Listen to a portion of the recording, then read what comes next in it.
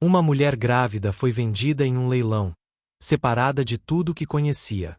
O homem que a comprou era um estranho misterioso que ninguém conhecia. Mas o que ele estava escondendo mudaria tudo. Essa é a história real de Clara, uma mulher que perdeu tudo em um único dia. E de um homem cujo segredo era tão chocante que quando foi revelado, ninguém acreditou. Você vai descobrir uma verdade tão inacreditável que parece ter saído de um filme. Uma revelação que vai te deixar de boca aberta. Prepare-se para uma história que vai mexer com você. Mas primeiro, de que cidade você está nos assistindo? Comenta aqui. E se inscreve no canal agora porque essa história é imperdível. Ativa o sininho e bora descobrir esse segredo juntos. Era 1868 no Rio de Janeiro. Maria tinha apenas 19 anos quando foi arrancada da senzala onde nasceu. Grávida de 7 meses, seu corpo frágil tremia enquanto era exposta no mercado de escravos da Rua do Ouvidor. Seu antigo senhor a havia vendido porque não podia mais alimentá-la. Suas costas ainda sangravam dos chicotes recebidos dias antes. Centenas de olhares perversos examinavam seu corpo inchado, como se fosse apenas um objeto. Os leiloeiros gritavam números enquanto ela segurava as lágrimas, rezando silenciosamente para que seu filho tivesse uma chance. Ninguém sabia que dentro dela batia um coração pequenino, cheio de esperança e medo. As outras mulheres na plataforma de venda sussurravam entre si, pedindo aos santos que as ajudassem. Uma delas apertou a mão de Maria no momento de desespero absoluto. Maria olhava para o céu, se perguntando se seu filho nasceria livre ou escravizado como ela, condenado a viver sob correntes.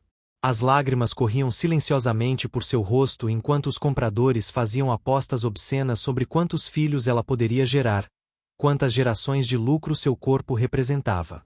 Seu desespero era indescritível e nauseante. Ela não tinha nada, ninguém a protegia, e seu filho estava completamente vulnerável dentro de seu ventre atormentado. Naquele momento mais sombrio de sua existência, quando Maria já havia perdido toda a esperança de que algum dia conheceria o significado real de liberdade, um homem na multidão observava cada detalhe com um olhar completamente diferente dos outros. Um olhar que guardava um segredo devastador que mudaria tudo para sempre.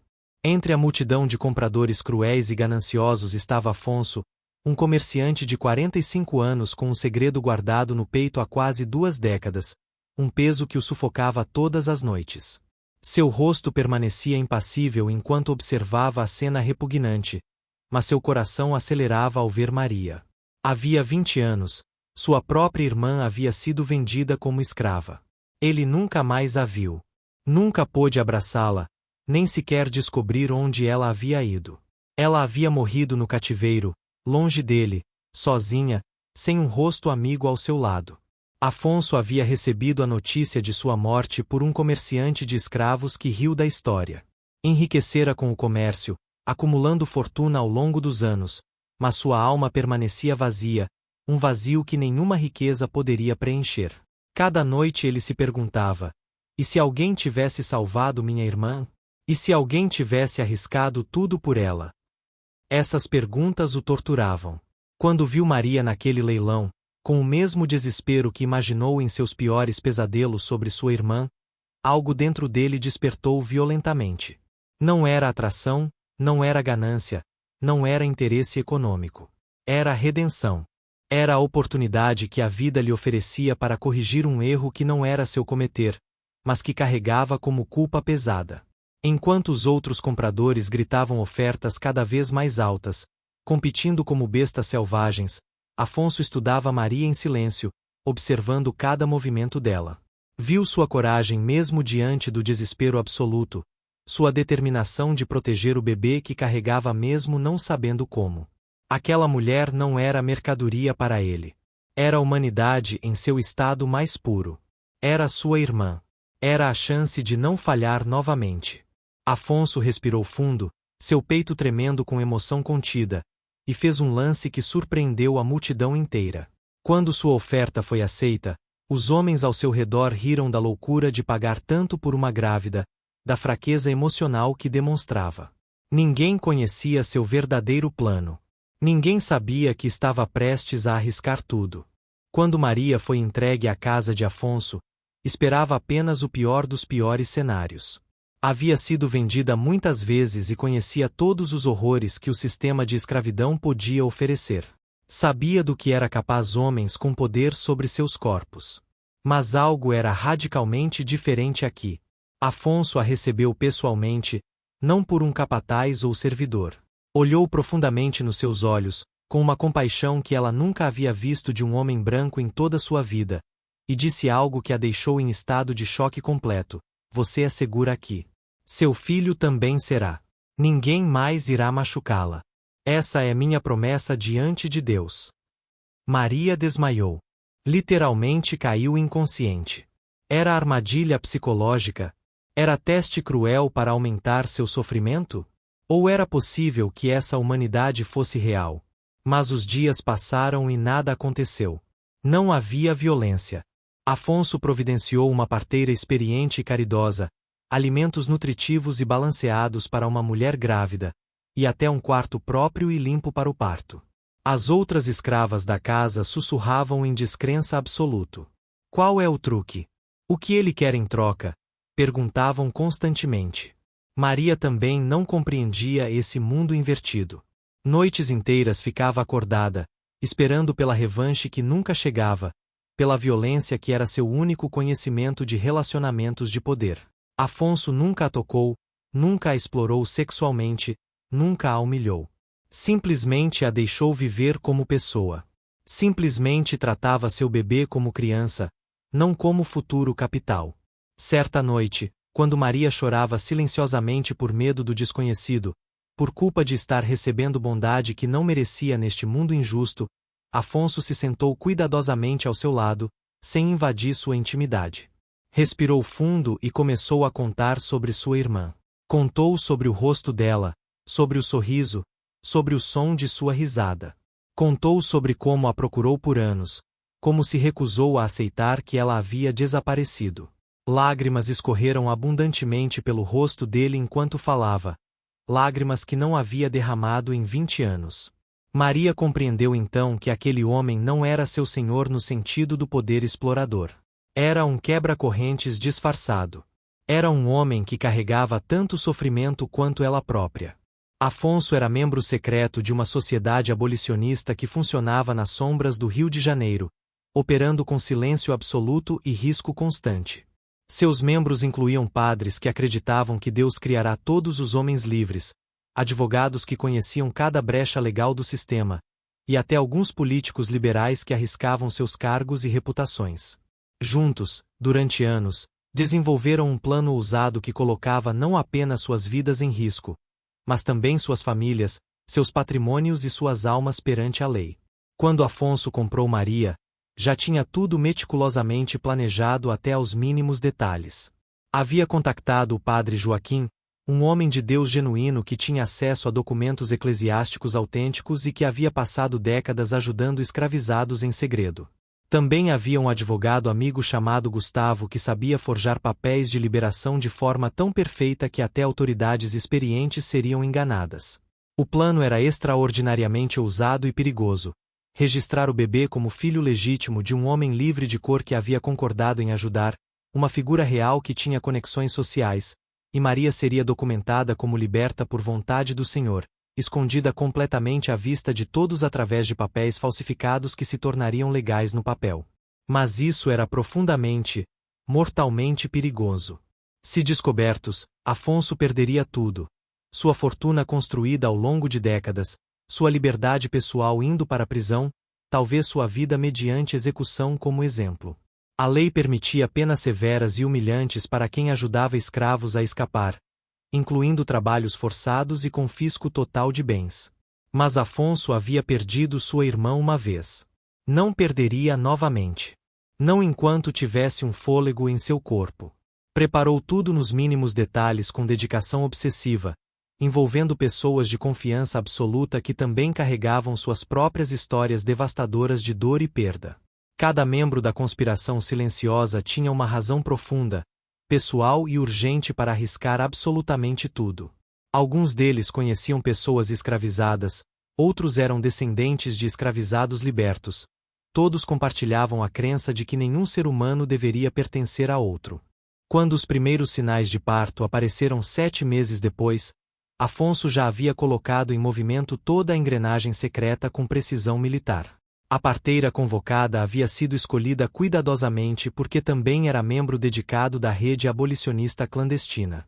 3 pessoas apenas, no universo inteiro, conheciam o plano completo e irrevogável. Enquanto Maria sentia as contrações dolorosas que a quebravam em duas, rezava não pela vida, tinha medo da morte, mas estava acostumada, mas pela liberdade de seu filho. Rogava a cada santo que conhecia que seu filho pudesse ser livre, que não tivesse que sentir o sofrimento que ela havia sentido, que pudesse sonhar, que pudesse amar, que pudesse escolher seu próprio caminho. O parto foi difícil e demorado, testando cada fibra do corpo de Maria, deixando-a à beira do colapso físico. Mas a parteira sussurrava constantemente palavras de esperança no escuro. Seu filho será livre, querida. Seu filho será livre. Você está sendo corajosa. Você é forte. Seu filho será livre. Quando o bebê nasceu, um menino perfeito, rosado e saudável, a parteira não o deu imediatamente a Maria em abraço. Aquele recém-nascido tinha um propósito específico e um futuro planejado. O bebê foi rapidamente lavado, embrulhado em panos limpos e levado para o padre Joaquim, que esperava em segredo absoluto em uma sala adjacente da casa. O padre batizou o recém-nascido imediatamente com um novo registro cuidadosamente elaborado. João, filho legítimo de Lourenço da Silva, homem livre e trabalhador de bom nome. Ninguém em sã consciência questionaria um batismo realizado por um padre respeitado e de longa reputação. O documento eclesiástico era tão oficial e bem feito que se tornaria prova legal indiscutível de liberdade. Enquanto isso, em outro cômodo, os papéis de Maria eram falsificados com perícia artística e conhecimento legal profundo. Seu nome no cartório seria Maria da Conceição, liberta pela vontade voluntária e documentada de seu antigo senhor Afonso de Oliveira. Afonso correu o risco enorme de ser processado criminalmente se descoberto, arriscando décadas de cadeia, mas tinha documentos reais que mostrariam uma libertação voluntária feita antes de testemunhas que poderiam corroborar a história. A tensão durante aquelas horas era insuportável, sufocante, tornando cada respiração uma luta. 3 dias após o parto, quando Maria finalmente reunia forças e começava a amamentar seu filho com um amor que a consumia completamente, Afonso entrou silenciosamente em seu quarto com uma caixa de madeira antiga e desgastada. Seu rosto estava cheio de emoção contida, anos de culpa e esperança reunidas nos olhos. Sentou-se ao lado da cama com cuidado, como se caminhasse sobre vidro. Colocou a caixa delicadamente nas mãos trêmulas de Maria e disse, com a voz embargada: seu filho não é mais escravizado. Você também não. A partir de agora, você é uma pessoa livre. Maria abriu a caixa com dedos que não obedeciam, tremendo incontrolavelmente. Dentro havia os papéis. Papéis oficiais que a declaravam livre. Papéis que diziam que seu filho era filho legítimo de um homem livre, com direitos de herança e educação. Papéis que a protegiam legalmente. Ela não conseguia ler as letras, nunca havia aprendido, mas Afonso leu cada palavra para ela, devagar, deixando cada significado penetrar profundamente sua mente e alma. Leu os nomes, as datas, as assinaturas oficiais que a tornavam legalmente, inquestionavelmente livre. Maria caiu completamente de joelhos, lágrimas inundando seu rosto em torrentes, seu corpo convulsionando com soluços incontroláveis. Pela primeira vez em sua vida inteira, ela compreendeu o significado real, tangível e irreversível de esperança. Seu filho poderia estudar. Poderia trabalhar como homem livre. Poderia amar, casar, ter filhos que nasceriam livres de qualquer corrente legal. A linhagem de cativeiro seria quebrada completamente. A maldição terminaria com ele. Ela cobriu o rosto com as mãos e chorou lágrimas que tinham o peso de toda a dor que havia carregado em 19 anos de escravidão brutal. Chorou pela irmã que foi vendida e nunca mais viu. Chorou pela mãe que morreu no trabalho forçado. Chorou por cada mulher que havia conhecido que foi abusada. Afonso, Com lágrimas também escorrendo pelo seu rosto envelhecido, colocou a mão em seu ombro com respeito absoluto. Agora você e seu filho são livres para recomeçar. Aqui, você pode ficar o tempo que precisar, trabalhando como pessoa livre e recebendo salário justo pelo seu trabalho, ou partir quando quiser. A escolha é sua. Sempre será sua. Mas a liberdade tinha um preço oculto que ninguém havia antecipado completamente em sua magnitude. A vizinhança começou a notar mudanças perturbadoras para o padrão social. Maria caminhava livremente pela casa, visitava o mercado desacompanhada, não era mais gritada para trabalhar como animal. O bebê recebia cuidados de educação e nutrição que nenhum filho de escravo deveria receber. As fofocas começaram a circular como veneno.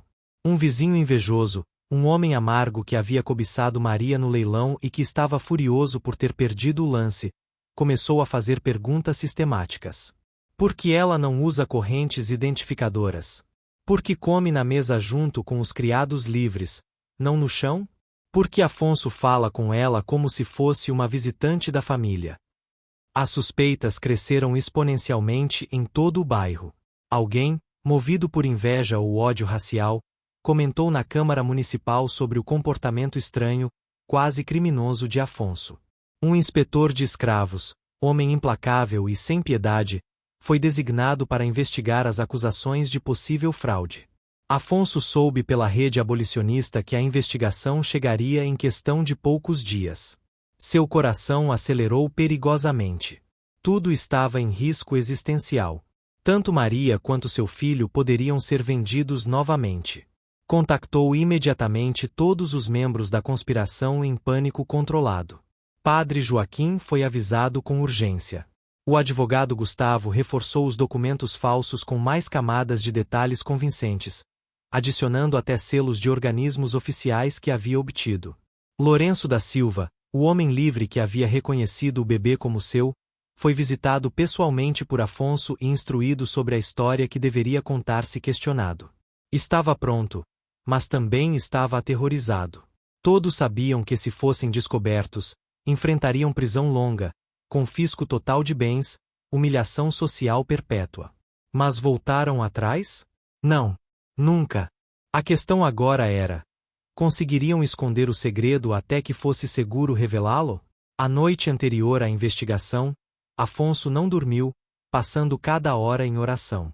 O inspetor chegou numa tarde nublada, acompanhado por 2 soldados armados com autoridade estatal.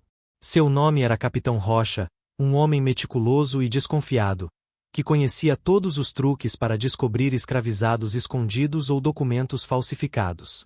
Havia enviado centenas de escravizados de volta para seus proprietários durante sua carreira. Afonso recebeu-o com calma estudada, oferecendo vinho de qualidade superior e mesa farta, como se nada de extraordinário se passasse naquela casa. O inspetor permaneceu impassível. Pediu para inspecionar a casa completamente. Afonso concordou imediatamente, mostrando cooperação total, o que paradoxalmente fez o inspetor desconfiar ainda mais. Quando chegaram ao quarto de Maria, ela estava penteando os cabelos do bebê com cuidado delicado, vestida como uma mulher livre de cor, como havia sido instruída. Seu coração batia tão forte que pensava que todos poderiam ouvi-lo. Esta é Maria da Conceição, liberta há 3 anos pela minha vontade e documentação oficial, disse Afonso tranquilamente, estendendo os papéis com as mãos aparentemente firmes, embora tremessem internamente. O inspetor os examinou nos mínimos detalhes, procurando minuciosamente por irregularidades, por discrepâncias, por qualquer sinal de falsificação. Os papéis estavam impecáveis. A letra era indistinguível de um cartório oficial, o papel tinha a textura correta, o cartório era real e verificável.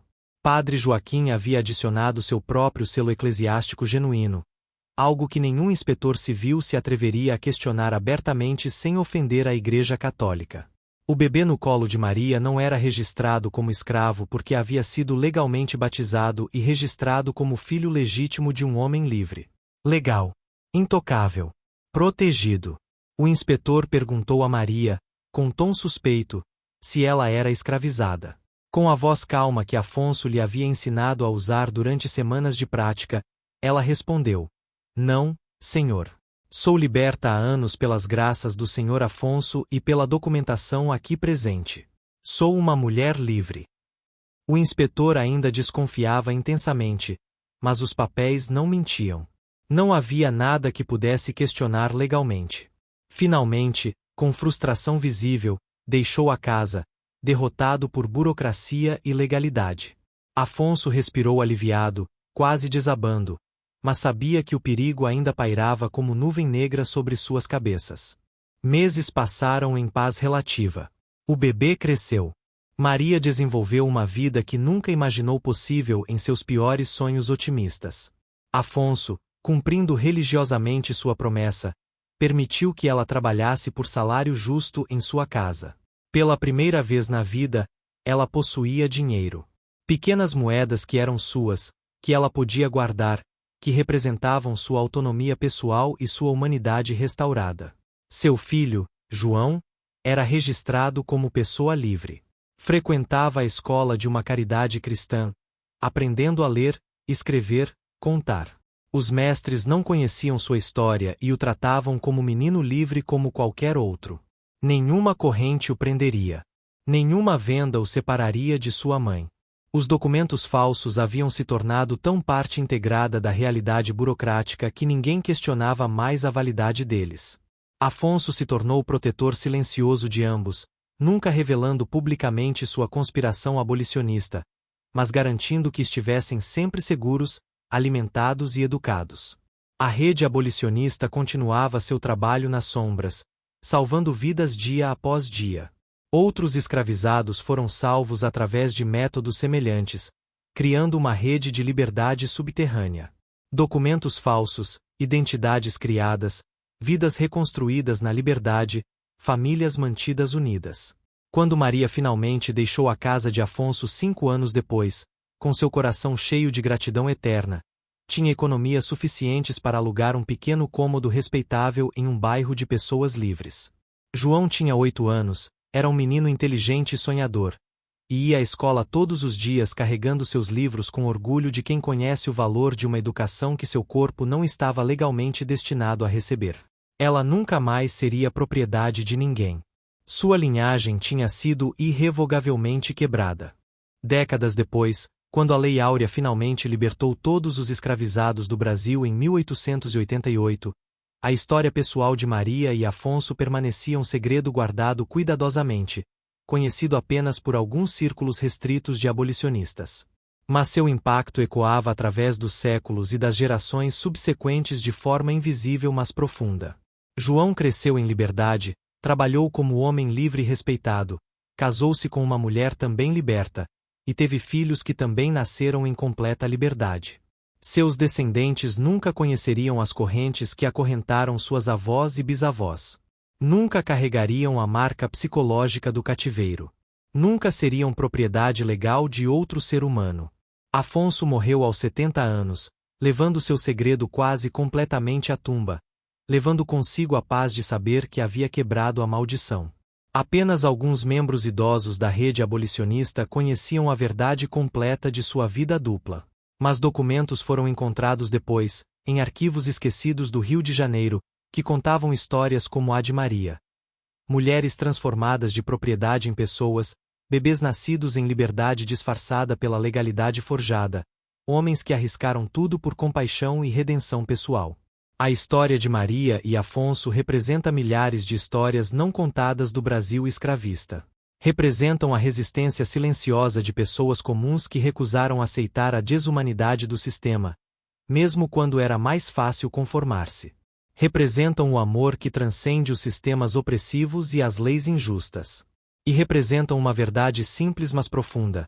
Um único ato de bondade desinteressada tem o poder extraordinário de mudar vidas para sempre, de quebrar correntes que pareciam eternas, de criar gerações de pessoas livres que nunca saberão o sacrifício que foi feito por elas. Hoje, quase 160 anos depois, ao contar esta história, honramos não apenas Maria e Afonso, mas todos aqueles cujos nomes foram apagados pela história, cujas vozes foram silenciadas, mas cujas vidas foram salvas por pessoas que não desistiram de sua humanidade, mesmo quando o mundo à sua volta gritava para que desistissem.